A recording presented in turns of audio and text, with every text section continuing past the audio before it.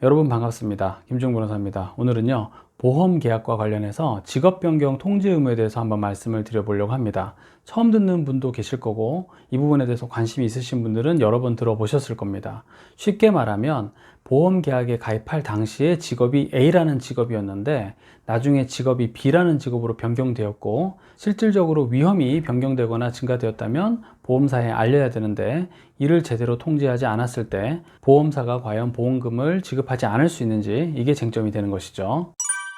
이 사안과 관련해서 하급심에서는 사건들이 많이 진행이 됐었습니다. 가장 분쟁의 소지가 있는 것은 무엇이냐면, 직업 변경이 되었을 때 통지해야 할 의무가 있다는 거, 이거 자체를 보험사가 설명을 할 의무가 있는지, 이것이 이제 첫 번째 쟁점이 됩니다. 어떤 판례들은 상법상에 있는 것이기 때문에 해당 내용 자체를 단순히 부연 설명하거나 되풀이하는 것이기 때문에 설명할 필요가 없다라고 보는 하급심 판례들이 있고요. 이에 반해서 어떤 판례들은 해당 내용 자체가 일반인들이 쉽게 예상할 수 있는 그런 내용이 아니기 때문에 보험사는 설명할 의무가 있다라고 보는 판례들도 있습니다. 자, 그렇다면 여기서 어떤 의견이 맞다라고 보는 것은 큰 의미가 없을 것 같고요. 보험 계약자의 입장에서 어떻게 다투어야 되는지를 생각해 보는 게 더 중요할 것 같습니다. 자, 이게 옛날에 가입한 보험이면 모르겠는데 최근에 가입한 보험들은 무엇을 하냐면, 여러분도 잘 아시겠지만 완전 판매 모니터링이라는 것을 하고 있어요. 보험사가 완전 판매 모니터링을 하면서 고객에게 물어보는 게 뭐냐면, 직업이 변경되면 보험사에 꼭 알리셔야 된다는 내용 설명 들으셨죠? 라고 물어본단 말입니다. 이때 설명 들었다고 얘기를 하지 않으면 다음 단계로 넘어가지를 않아요. 그렇기 때문에 최근에 체결되는 보험 계약에서 해당 내용을 설명 듣지 못했다라고 하면서 다투는 것은 매우 어렵습니다.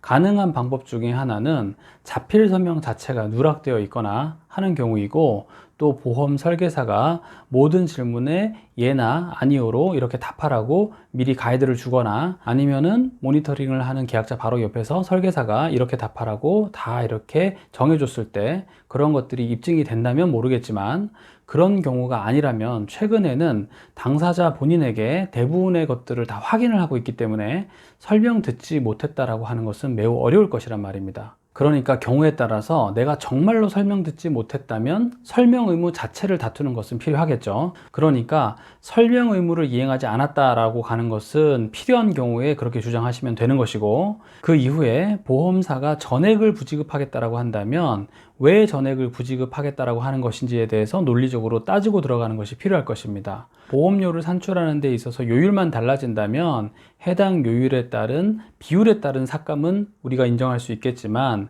그것이 아니라 전액에 대해서 지급하지 않겠다라고 한다면 그 부분은 반드시 다투셔야 되는 것이고요. 그리고 여기에 더해서 일시적인 직업 변동이 있을 수 있습니다. 아주 단기간에 내가 아르바이트식으로 일을 하다가 미처 통지를 하지도 못했는데 그때 사고가 발생했다. 이때 과연 직업 변경 통지 의무를 위반한 것으로 볼 수 있는가? 이것에 대해서는 충분히 다투어 볼 만하다라는 것입니다.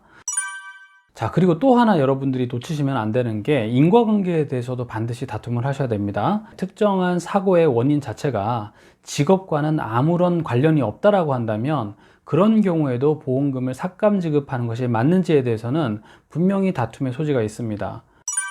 직업이 변경됐을 때 실질적으로 보험사가 보험금을 삭감 지급하기 위해서는 변경된 직업에 따른 요율만큼의 보험금 지급 채무가 발생하는 그 보험 계약에 대해서 보험 계약 해지 의사를 반드시 보험 계약자에게 알려야 된다는 것을 이야기하는 판례도 있습니다. 쉽게 얘기하면 A라는 계약이 정상적으로 유지가 될 때 100이라는 보험금이 지급된다라고 이야기를 했을 때, A 계약 중에서 직업 변경이 차지하는 비율이 40%라고 했을 때 40%에 해당하는 보험 계약에 대해서는 해지한다는 의사표시가 계약자에게 도달을 해야 그때 비로소 효력이 발생한다라는 취지의 하급심 판례도 존재를 하니까요. 여러분들께서 직업 변경 통지 의무 때문에 지금 분쟁이 걸렸다라고 한다면은 혼자서 대응하지 마시고요. 반드시 보험 전문 변호사 이런 분들의 도움을 받으셔서 상담을 받아보시고 분쟁에 대응하시기를 추천드리겠습니다.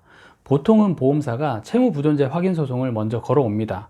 예를 들어서 원래 보험금이 1억 원인데 삭감을 해야겠다라고 하면서 원고가 피고에게 지급하여야 할 보험금은 6천만 원을 초과하여서는 존재하지 않음을 확인한다 라는 판결을 구합니다. 이런 식으로 들어올 때도 있거든요. 그러니까 보험사가 채무부존재 확인 소송을 걸어왔다라고 한다면 너무 당황하실 필요가 없이 곧바로 변호사와 상담을 해보시고 필요하다면 반소 제기까지도 진행해 보시기를 추천드리겠습니다. 오늘 영상도 도움이 되셨다면 좋아요와 구독을 부탁드립니다. 저는 김주형 변호사였습니다. 감사합니다.